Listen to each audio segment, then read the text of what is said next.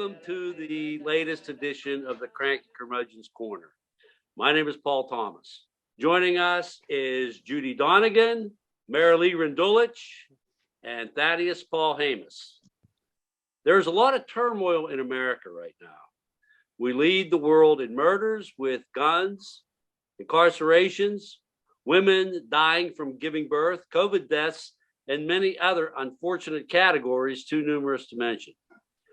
Our politics have become so saturated with lies that the word facts is no longer an objective concept. Our government was constructed 235 years ago with the writing of a document called the Constitution. It is my belief that this document is badly in need of an upgrade. And tonight's discussion will look at my suggestions for new amendments to the Constitution that could lead to a better, more stable society than the one America is in 2022. I'm going to read my proposed amendments, and the panel will be tasked with providing commentary on whether this new text will help or not. Now, the first amendment that I'm going to read, I did not write. It was passed by Congress and ratified by the necessary 3/4 of the states, but is not quite yet an official amendment. We can talk about why in a little bit. It is famously known as the Equal Rights Amendment. I'm calling it Amendment 28. Section 1. The equality of rights under the law shall not be denied or abridged by the United States or any state on account of sex. Section 2. Congress shall have the power to enforce by appropriate legislation the provisions of this article. And Section 3. The amendment shall take effect 2 years after the date of ratification. Judy, any problems with the Equal Rights Amendment? No, I think it's overdue. I don't even, haven't we wanted this for a long time? And I think that basically, there are two important things I think about it.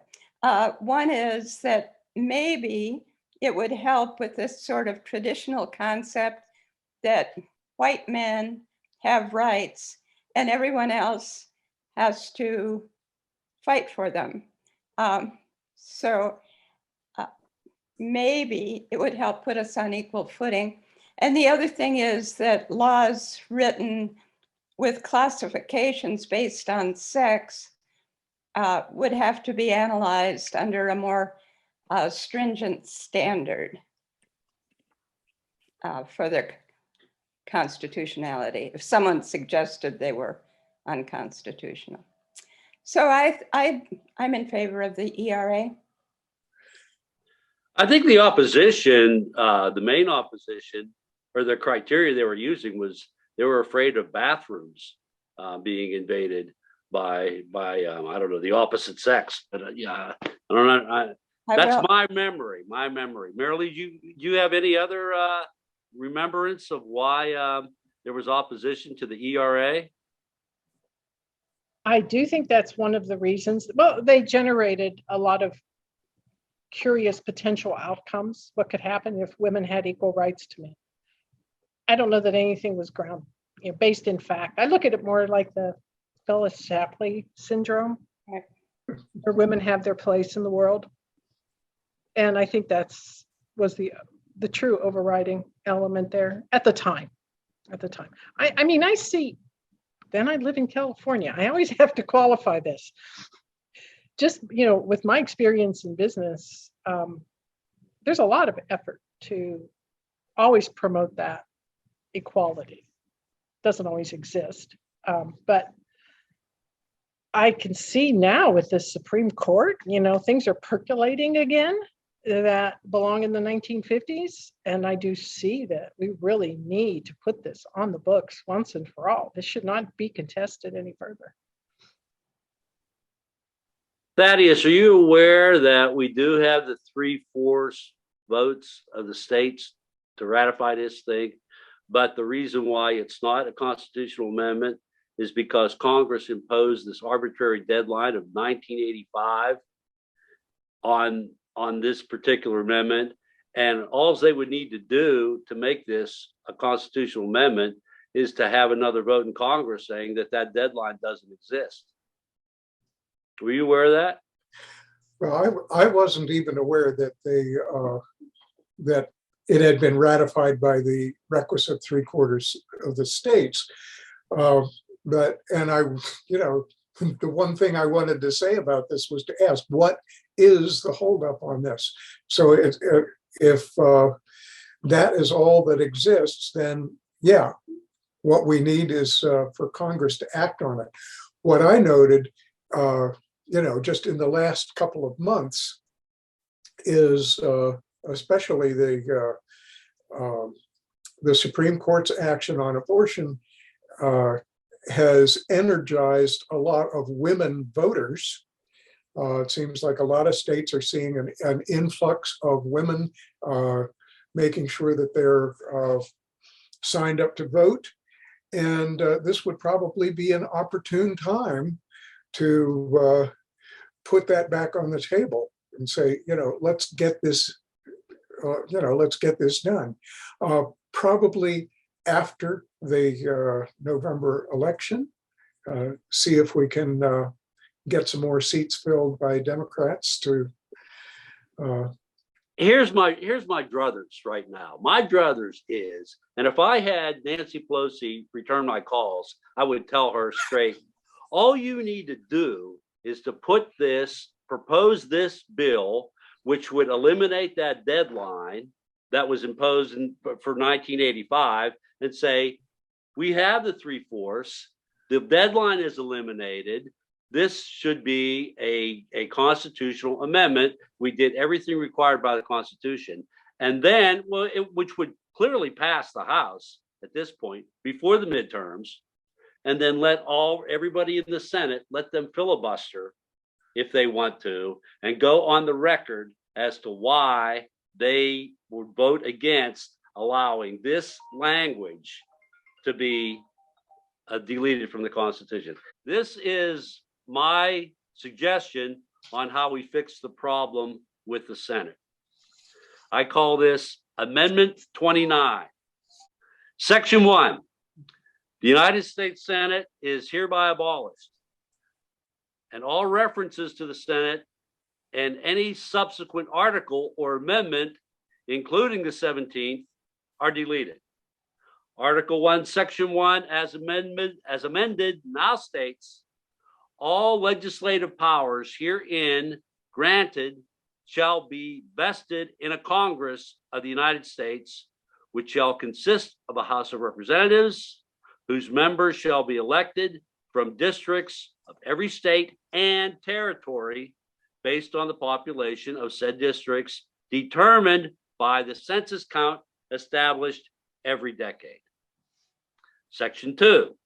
All references in Article 2, Section 2 to advice and consent of the Senate shall be replaced by advice and consent of Congress regarding treaties and all appointments made by the President.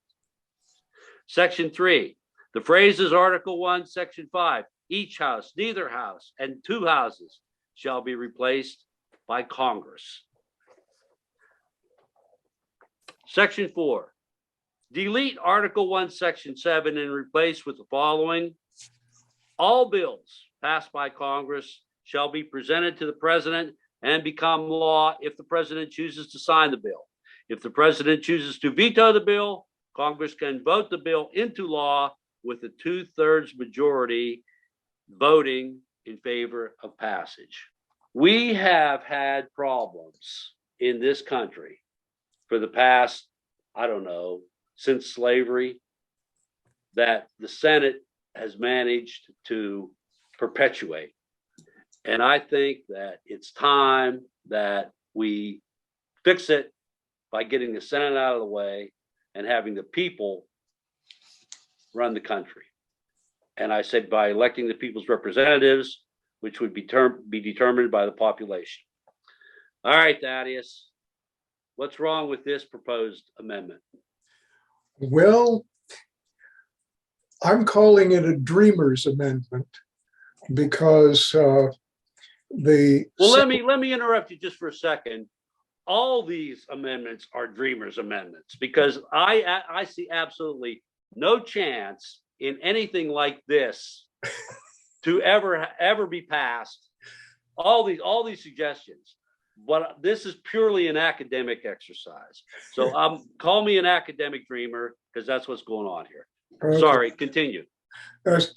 Well, the biggest problem that I would have with this amendment is the blowback that you would get from even progressives, partly because the Senate is so much interwoven in the sort of the fabric of how our government works, that getting it extricated is going to be about as problematical as Brexit was for Great Britain. I like the idea, definitely, but I think it might be, here's your moderate incrementalist speaking here, but I think that we would go a good step towards that by getting the Senate to eliminate the filibuster, and B, to clarify the Senate's function of advising and consent to the presidential appointments, particularly judicial appointments.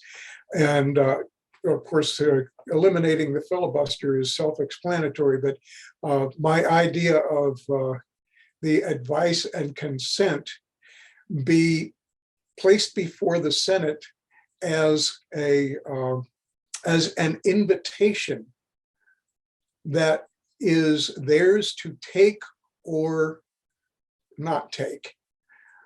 And in the event that the Senate should decide not to participate in advising and consenting with the president's proposals, then those proposals will go through without interference from the Senate. Just two little things that just might make the Senate a little bit less toxic for the operation of the country.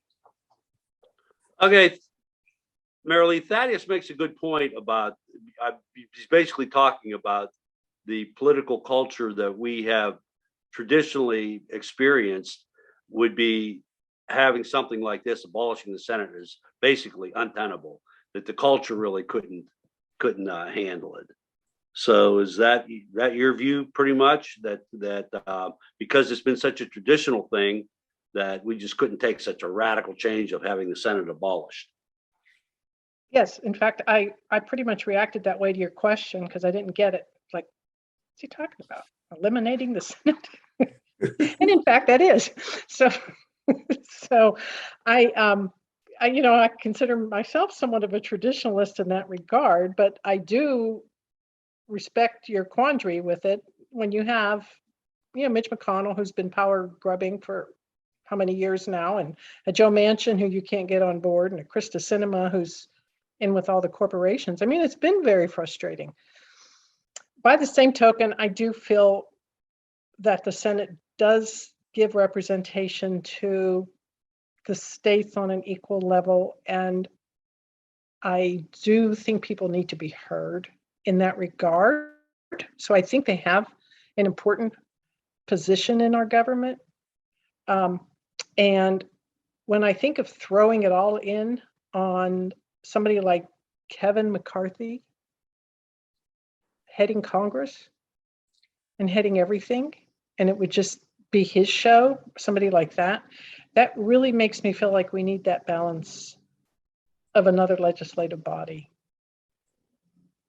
Does that make sense? Yes. So you like the bicameral idea because that way we wouldn't have a single body that could be so easily corrupted. Especially Congress, because look at Congress lately. I mean, Senate was actually the adult in the room when it came to the January 6th, the hearings, and yeah, admittedly, they didn't vote to impeach, but at least they, enough of them brought forth some of the concerns, whereas Congress has just been all caught up in lies. And I don't trust Congress. I get the representation factor, but I don't trust them wholeheartedly like this would allow. Okay, let me kick back a little bit on your point about equal representation from the states. What we do, each state has two senators. There are 15 states who all have 2 Republican senators. I did this counting last year. 15 states that have 2 Republican senators whose total population add up to California, which has 2 Democratic senators. So basically, you're going at a disadvantage of 30 to 2 as far as representing the people. So what you're stating, and I agree that that's true, that these states do have. I guess my point is the states shouldn't have so much power, because you have South Dakota and North Dakota and Wyoming with very little population who are really able to, vote down California, which has a huge population. So that's from a population numbers perspective. That's my point there.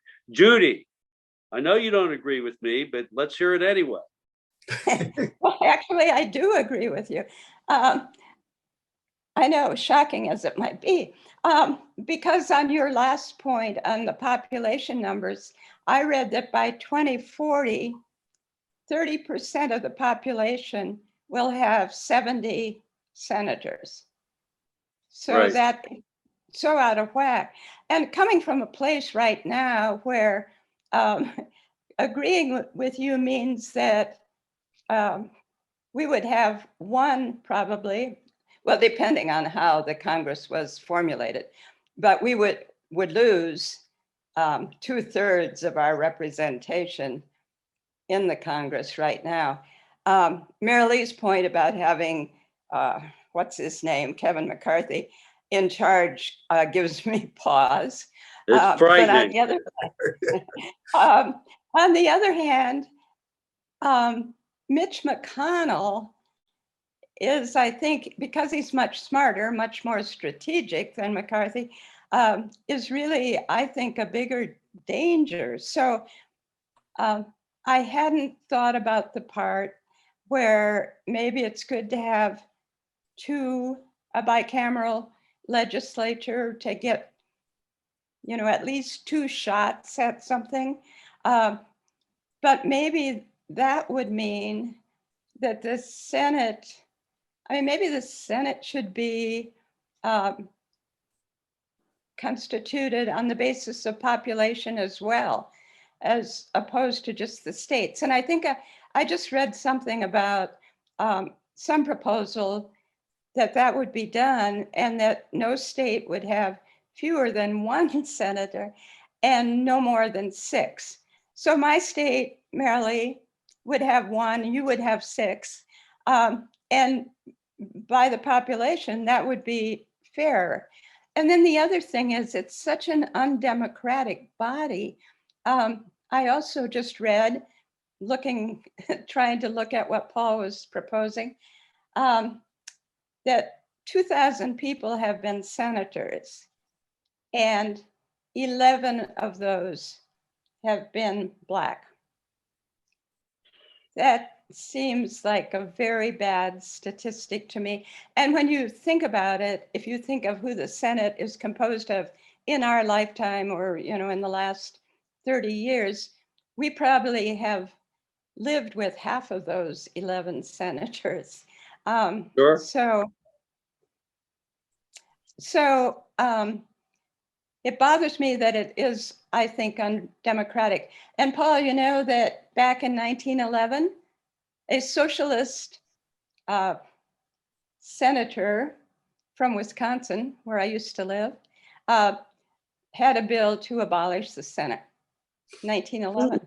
Mm. So Was that a bill in Congress or a proposed amendment to the Constitution? Well, I'm not sure if he proposed a bill. I think he did. I don't know for sure, but that was his idea. He was promoting the idea. Of course, at that point, the Milwaukee Socialists were not exactly in the mainstream. Well, it was around that time that the 17th Amendment, if I get my history right, took the 1913. Yeah, yeah. 1913. You want to tell us what the 17th Amendment says, Judy, or Do I want to tell you? Well, yeah? that's more, that's, no, I don't, because I'll Okay, I probably get it will then. wrong. But it is direct removed. election of senators That's rather right. than, The people would Yeah. elect the senators instead of the Yeah. state legislatures. So Right. whenever Lincoln ran against Douglas in 1858, even though they said that Lincoln won those debates, the people didn't vote for Lincoln. The legislature chose Douglas to become the senator in 1858. Okay. All right. Well, thanks for agreeing with me, Judy. I really didn't expect that. But one thing I want to mention as far as commenting on Mary Lee about the Senate, if you look at Dobbs, the Dobbs ruling, you have Gorsuch and you have Kavanaugh and you have Coney Island Barrett, and they were all facilitated by Mitch McConnell. That was the advice and consent power that he had, and that occurred there. Okay, moving on. We're talking about electing the president now. I'm calling this Amendment 30. Article 2, Section 1 shall be rewritten as follows. The executive power shall be vested in a president of the United States of America who shall hold the office during the term of 4 years and together with the vice president chosen for the same term. Be elected by receiving the most votes of every registered voting citizen of every state and territory of the United States of America. Amendment 12 is hereby repealed, and all references to electors in the Constitution and statutes in the United States and the several states are hereby rescinded and deleted. This electoral college mess has been haunting this nation since its beginning, all the way back to when Thomas Jefferson and Aaron Burr were tied in 1800. And then we go to 1876, where we had the Tilden Rutherford B. Hayes mess. And of course, we got, Gore v. Bush, or Bush v. Gore. And then finally, in 2016, oh my God, we ended up with a disaster.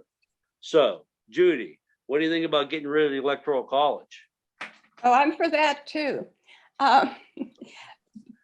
Because for a number of reasons, those that you state.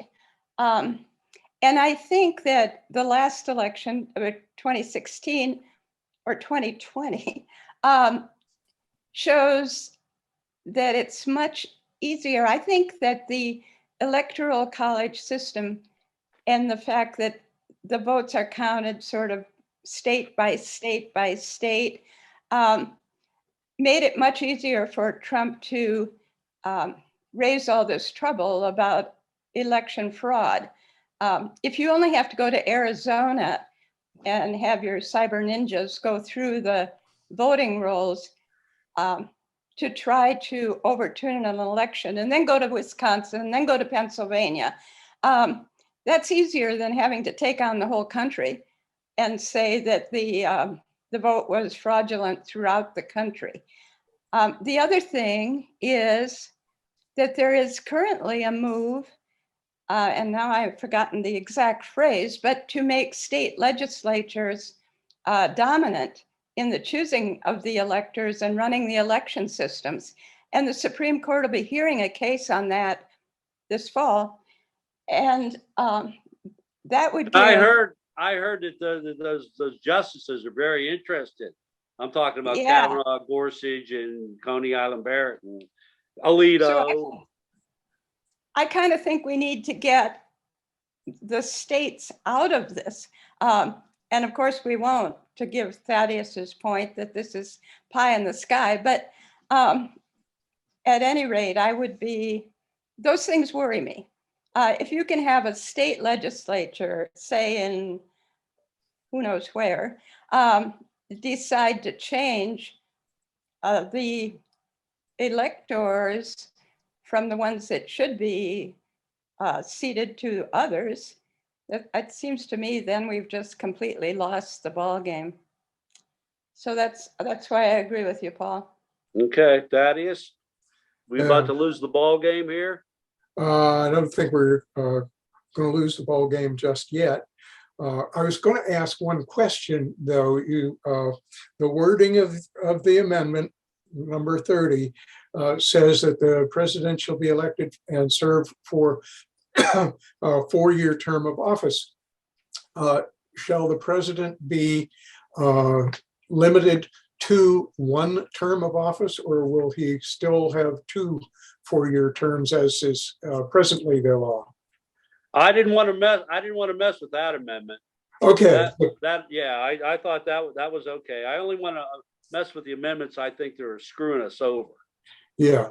So, yeah. Now I'm agreeing with it myself, that it's the popular vote that should be electing the president. But I'm reminded of a quote from Vladimir Putin, that it is not the voters who choose their leaders, but rather the people who count the votes.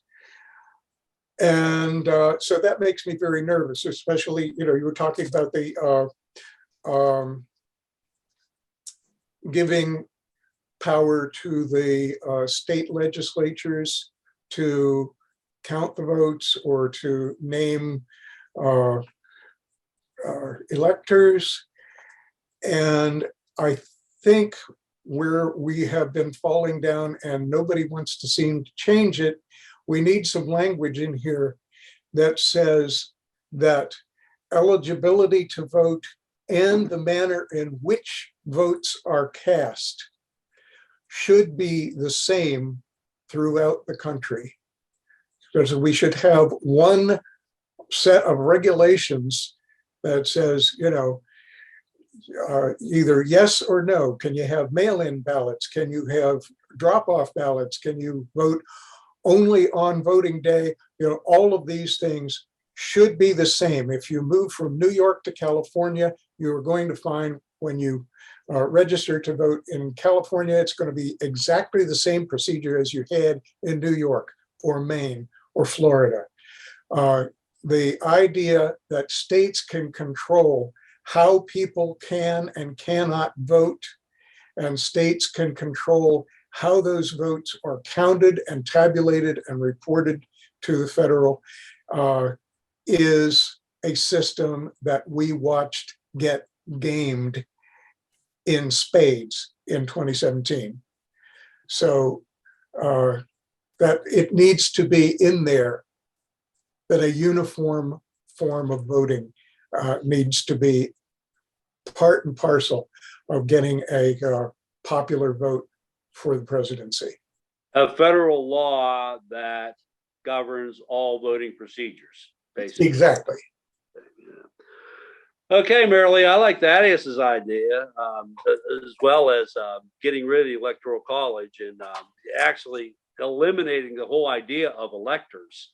Just have the popular vote make the decision. So what do you think about that amendment? You have a chance to agree with at least one of my amendments. Or maybe back. not. I thought I did. Oh, no, I don't remember which one it was. But again, I am a traditionalist, and I was very troubled, certainly by Bush v. Gore back in 2000 and the outcome of that with Jeb Bush and Catherine Harris and Scalia and that whole gaggle of questionable. And Rehnquist was the Chief Justice at the time. Yeah. But I was still not willing to go for the straight popular vote, because again, I believe that the coastal communities shouldn't necessarily rule the rural communities. It's a diverse country, and you get cults when people don't feel they're properly represented. But then when you have the tragedy of 2016, that colors that completely.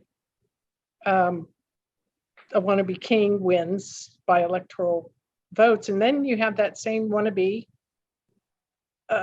trying to do fake electors. So the whole thing has just become mired in unethical activities. It's what's happened in the last 20 years is just insane how poorly it's managed. I don't know, I can't go back in time like you can, and I don't understand historically all that means, but from just what I have seen since I Want to Be King, it's I think it's quite horrific. I'd like to find a way to make sure everybody feels that their vote counted, and obviously the popular vote does matter. It does do that. I understand that the weight is on the coastal communities.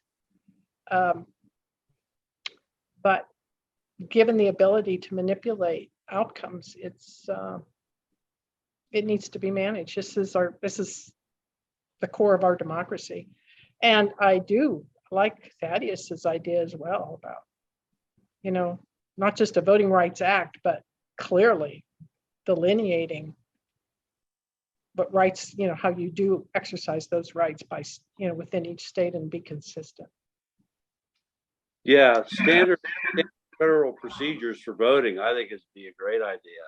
But referring to what you're talking about, the coastal thing, you have your blue states, you have California, New York, and then you have your red states, you have Texas and Alabama, but then you have the swing states, which is Wisconsin, Michigan, sometimes Florida, Pennsylvania, where you have all the effort put into these elections, these presidential elections in the swing states, because if you can win Pennsylvania by 11,000 votes, then you got all those electoral votes. And it just seemed to me that the states that were swing had so much more emphasis put on them throughout the, and I'm talking about presidential elections going way back, not just the recent ones. That's true. Yeah. I mean, I can imagine what your TV looks like right now. Yeah, well, we have Oz and Mastriano both running for something here, so yeah, it's unimaginable. Okay, now I want to talk a little bit now about firearms. I call this Amendment 31. The Second Amendment is hereby repealed and is replaced by the following, quote, all responsible citizens of the United States have the right to possess firearms. This right can be revoked only when a citizen's behavior or actions are determined to be irresponsible by a due process judicial declaration. Revoked rights can be reinstated when an applicant can demonstrate to jurisdictional legal authority that responsible behavior can be reasonably expected. Okay. The reason why you have so much fervor on protecting Second Amendment rights is because crazy people are ready to get up and say, you can't take my guns away. But it's the crazy people who are screaming this that we need to watch out for, because they're the ones that are going out shooting people. And I just think that the way that they're using the Second Amendment, and the Supremes have followed through with this as well. When you looked at the New York law that was just taken away, declared unconstitutional by Kavanaugh and his cronies, that we're in a very dangerous spot. And you just look at the number of murders that occur daily, mass murders occur daily, that we need to do something about this. Thaddeus, I'm going to let you start us off with this Second Amendment thing. Okay, well, I like the fact that what you have worded here for this amendment is a whole lot more clear than the original Second Amendment. I think one of the big problems that we have had with people standing up for the Second Amendment is that they are standing up for the second clause thereof and ignoring the first clause, because the first clause has, indicates that the right to bear arms is a limited right. And so your statement of the limitation of the right to bear arms is responsibility. So the only thing that I would add to this is that there needs to be a system of, I guess, a statutory system delineating what that responsibility is. And that would be, uniform rules throughout the country. So your right to bear arms is going to be the same in Florida as it is in Kansas. But there has to be a definition for everybody of what constitutes responsibility. My personal preference, my druthers on that is the discussion that has been brought up in a couple of different states already and shot down by Republicans, of course, that guns should be treated like cars, that you should, everybody who wants to have a gun should show that they know the laws, and B, that they know how to use the kind of gun that they want to have.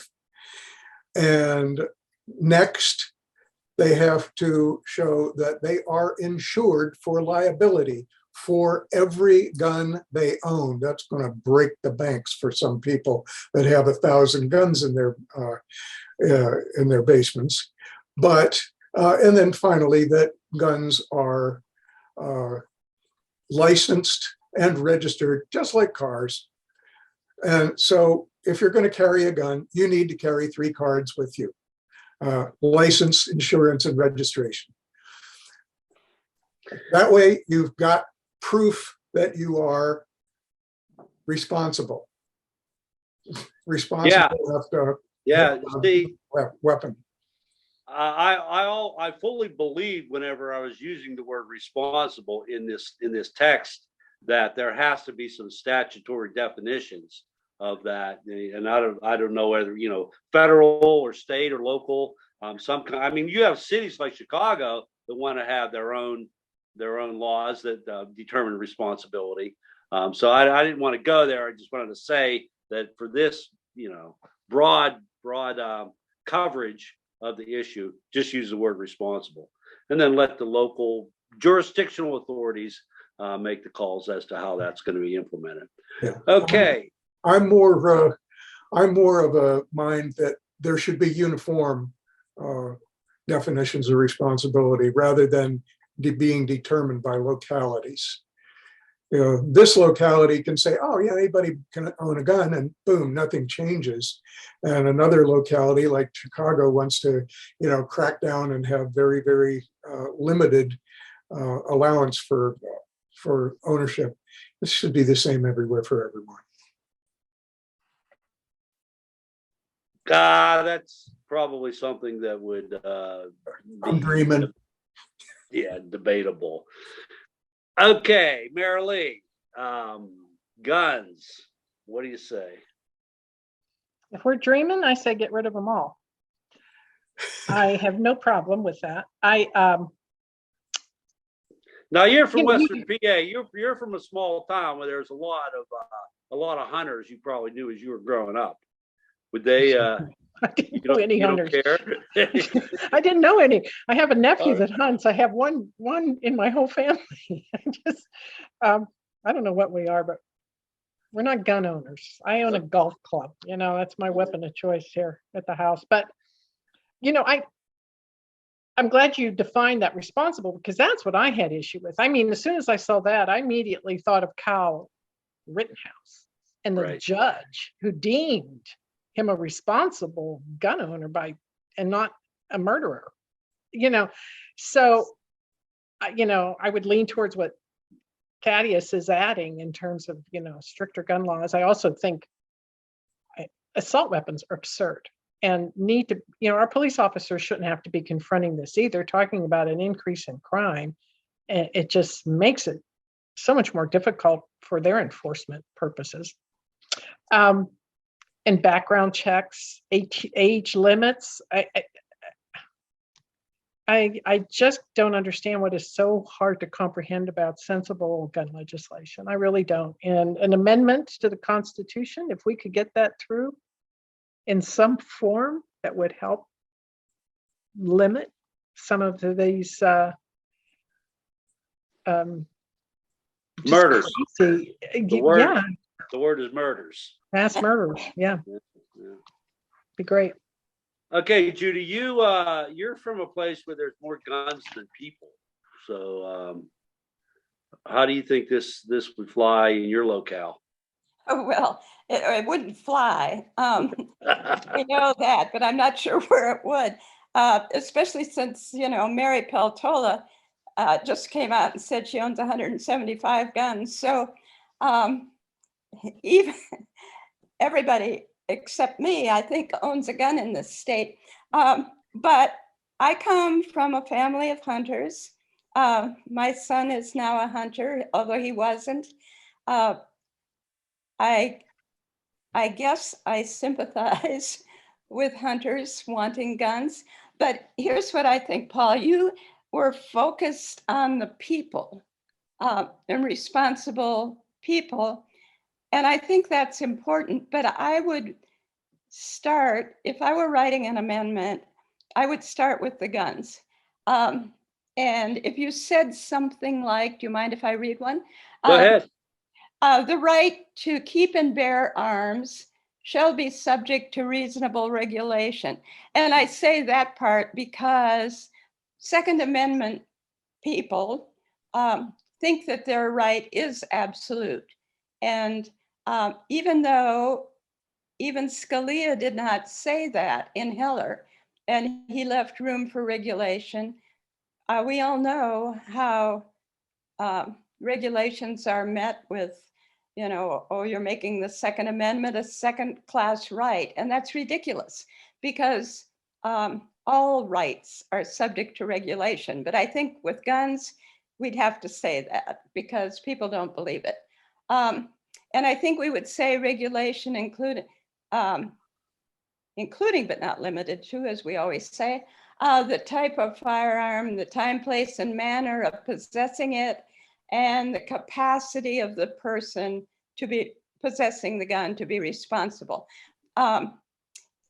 And I like Thaddeus's idea of a national standard, national requirements, because Chicago's problem, even though they try to eliminate the number of guns in the city, is that Indiana and Wisconsin don't. And therefore, guns come into the city. So a national regulation, I would agree with. So anyhow, I do think something, I think it's out of control, and I wish the Second Amendment could be amended. Right. I like your language there of your amendment, Judy. I think it's the word regulation is a good word to have included.